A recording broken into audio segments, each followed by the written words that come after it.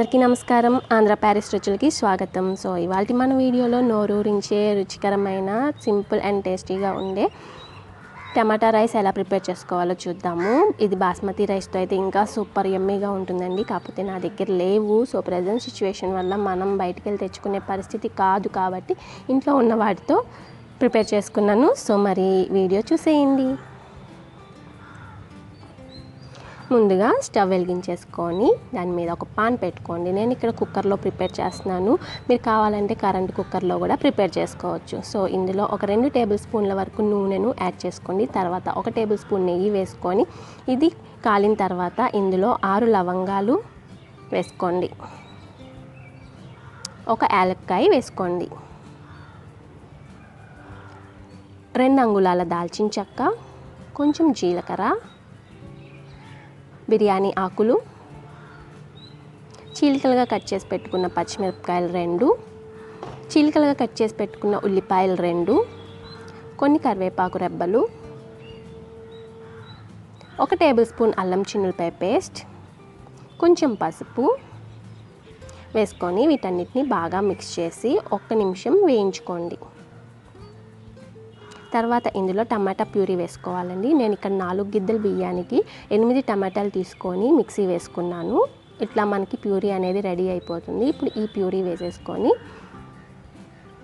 ఈ ప్యూరీ అనేది దగ్గర పడేంత వరకు ఉడికించుకోవాలి. ఇందులోనే రుచికి సరిపడా ఉప్పు కూడా వేసేసుకొని బాగా కలుపుకొని మన ప్యూరీ మొత్తం దగ్గరికి వచ్చేలాగా ఉడికించుకోండి.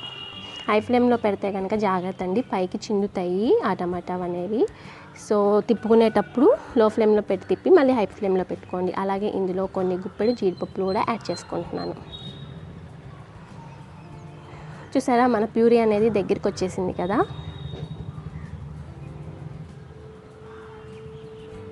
ఇప్పుడు ఇందులో 1 table spoon garam masala add చేసుకోవాలి. తర్వాత శుభ్రంగా కడిగి గంట ముందు నానబెట్టుకున్న బియ్యంని వేసుకోవాలి. ఇలా బియ్యం నానబెట్టుకోవడం వల్ల మనకి అన్నం అనేది బాగా కుక్ అయ్యి పొడి పొడిలాడుతూ వస్తుంది. బియ్యం కూడా వేసుకున్నాక బాగా కలుపుకొని మన బియ్యం టమాటా ప్యూరీలో ఉడకనివ్వండి. ఒక 5 నిమిషాలు బాగా ఉడకనివ్వండి. అప్పుడే మనకి రైస్ మొత్తం పట్టి బాగుంటుంది. సో ఇందులోనే ఒక అరచక్క నిమ్మకాయ రసం కూడా పిండుకోండి.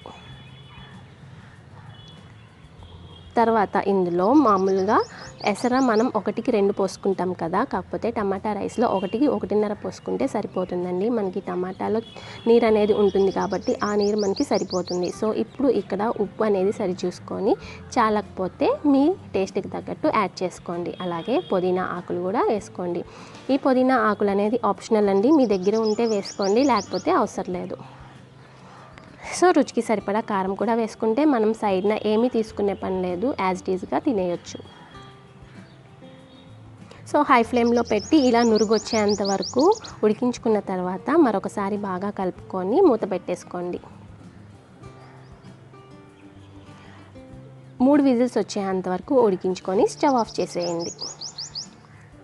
సో అంతేనండి, స్టీమ్ అంతా పోయిన తర్వాత సర్వ్ చేసుకోండి. సో మన టమాటా రైస్ రెడీ అయిపోయింది. చూసారు కదా, ఈ రెసిపీ మీకు నచ్చింది అనుకుంటున్నాను. ఉల్లిపాయల మీద నిమ్మకాయ పిండుకొని తింటే సూపర్ ఉంటుందండి. అలాగే దీనికి రైతా కూడా బాగుంటుంది. రైతాలో నేను ఉల్లిపాయలు, పచ్చిమిరపకాయలు, మిరియాల పొడి కొంచెం వేసుకున్నాను. అలాగే ఒక అరచక్క నిమ్మకాయ కూడా పిండుకున్నాను. చాలా టేస్టీగా ఉంటుందండి.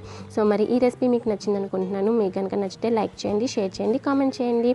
అలాగే మరిన్ని సింపుల్ రెసిపీస్ కోసం ఆంధ్ర ప్యారిస్ రుచుల్ని సబ్స్క్రైబ్ చేసుకోండి. మీలో ఎవరైనా సబ్స్క్రైబ్ చేసుకోకపోతే ప్లీజ్ అండి సబ్స్క్రైబ్ చేసుకోండి. ఓకేనా? మరి పక్కనే గంట సింబల్ ఉంటుంది, అది ప్రెస్ చేస్తే నేను ఎప్పుడైతే వీడియోస్ అప్లోడ్ చేస్తానో మీకు నోటిఫికేషన్ అనేది వస్తుంది. సో మీరు నా వీడియోస్ మిస్ అవ్వకుండా చూడొచ్చు. సో ఈ వీడియోలో ఇంతే, మళ్ళీ మనం నెక్స్ట్ వీడియోలో కలుద్దాం. అంతవరకు take care, bye bye, keep smiling.